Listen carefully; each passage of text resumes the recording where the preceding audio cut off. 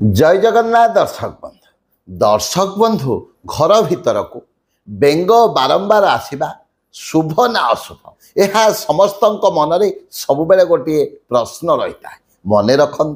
घर भीतर को बारंबार जदि बेंग आसूची आपण प्रवेश द्वार निकट में आसी बेंग रोचे ताले यह अत्यंत शुभ अटे कहीं यार फलस्वरूप माँ लक्ष्मी आशीर्वाद आपण घर उपर रही एवं बेंग बारंबार आसबार संकेत देउची जे आपणक घर मध्य जदि अभाव अनाटन लगी रही से अभाव अनाटन आपे आपे दूर हेब